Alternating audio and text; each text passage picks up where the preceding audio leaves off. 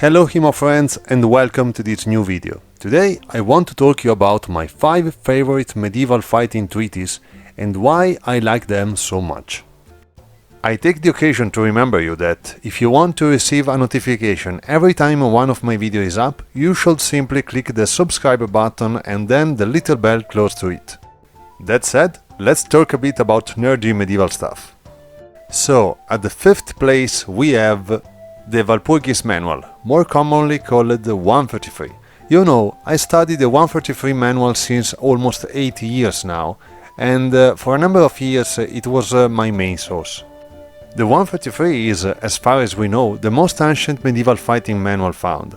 It dates back to the first decade of the 14th century, more or less, and it shows a method for training fencing with sword and buckler.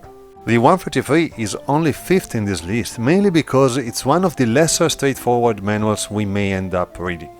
In fact, 133 is quite cryptic and I ended up changing my views over it 4 times. And 2 times out of 4 I changed my view in a radical way. Nevertheless, the 133 is a fascinating manual. Its beautiful medieval illustrations are captivating, and plus, being so cryptic is also one of the motivations why I like this book. Because it leaves you free to work over it again and again, creating new interpretation to test and apply, most probably a never-ending work. At the 4th place we have the Codex Tanzic. Well, I don't study German longsword right now, but I used it to in the 2013-2014. And this manual is one of my favorite German longsword manuals. It dates back to the 1452 and it's commonly attributed to Peter von Danzig, but in fact only the ending part of the manual has been written by him. He maybe also commented the verses of Johannes Lichtenauer, but we don't really know. Anyway, the manual contains the famous Lichtenauer Zettel, the verses written by the famous German master, which ended up creating a 200 years tradition of sword masters. The Lichtenauer verses talks mainly about longsword fencing in and out of armor, with an interesting part on mounted fencing too. But the so-called Peter von Danzig manual doesn't contain only the famous Lichtenauer longsword material. There is a huge amount of material from other masters, namely Andre Lenitzer, Martin Handfeld and Ott Jud. Every one of these masters talks about wrestling, sword and buckler fencing, dagger fighting, etc. etc. So this manual is huge, and even if it's more a collection of different works made by different masters, I like to think about it as a Lichtenauer tradition Fior di Battaglia-like manual. Okay, here we go. At the 3rd place we have the 1467 Talofa manual. This is the last of the manuals that the German master Talofa left us. Back in the days when I was a young fencer and a crappy reenactor, when people asked me which kind of manual I studied, I always said the Talofa. But in fact, I wasn't understanding a single thing of this damn manual. Neither I gave it enough attention. I was mainly bashing around with my sword, pretending to be some kind of badly dressed mercenary. Anyway, the 1467 edition of the Talofa manual is probably the most interesting work of this nasty German master.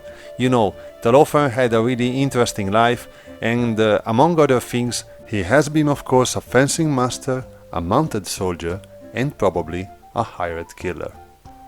Yes, quite a nasty guy. Oh, sorry, I've lost myself again. Talofa always makes me feel strange. Well, this manual is even more cryptic than the 133 to an extent. The images are really good, so you can understand a lot of interesting stuff from them. But the written part... Wait, what written part? You know, most of the times this manual states like onion, over his shoulder, stab. And that's it. On the other hand, this manual contains a huge number of different weapons with a huge number of different plays. It contains probably my favorite ever Messer system, which consists basically of 8 actions. Yes, I love simplicity, which I am using to build my arming sword system together with other sources. And it also shows a variety of interesting while quite unique plays with the longsword, like the most hated, always flat-hitting leg strike ever made, the Something Geislen. So, this manual is rich of interesting, useful and weird stuff at the same time. It shows lovely drawings but almost irrelevant text. It is something that you should approach only when you are experienced enough. Only then you will end up learning something useful from it. Okay, second place, we are almost at the top. The Codex Palestine. This manual contains a number of different manuals, probably 3, that dates back to the 1420 for the first section and to the 1470 for the second section, and it was compiled together by Paulus Hector Meyer in the 1556. Now, I really like 2 things about this manual. The first is that some parts of this manual shows huge similarities with Fiore, and sometimes we may even find hints on how to use some position and poste shown in the Fiore Battaglia manual, like Bicorno for example, which is described by the Italian master, but not really put into use. The second motivation is that the wrestling part seems really interesting. Sadly, I still don't have the chance to read it, because as far as I know there is only a partial English translation of this part. But from what I see from the images mainly, again, this part of the manual contains things which may fit the Fiore wrestling style, or help explaining some of the lesser clear Fiore techniques.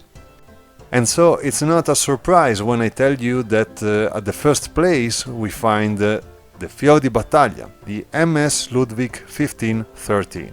When I first approached fencing, as I have said, I was a crappy reenactor, in love with the German fencing stuff, which I wasn't really aware of.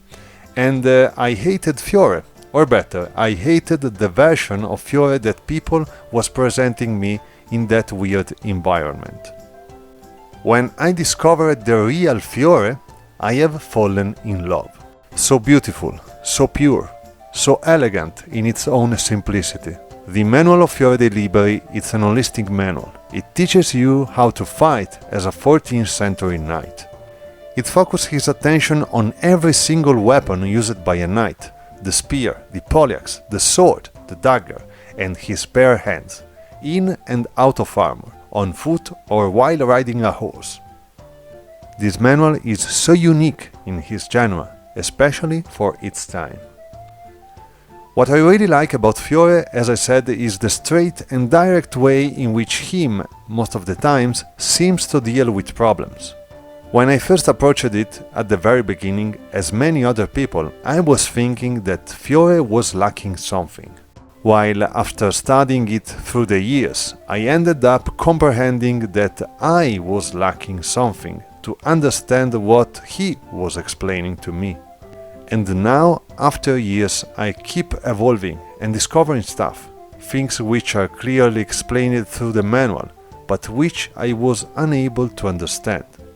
And after every one of these little discoveries, my fencing improves and keeps growing, and so it will be for many, many years.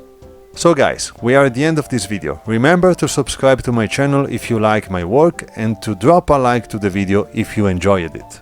Thanks for watching guys, and see you next time.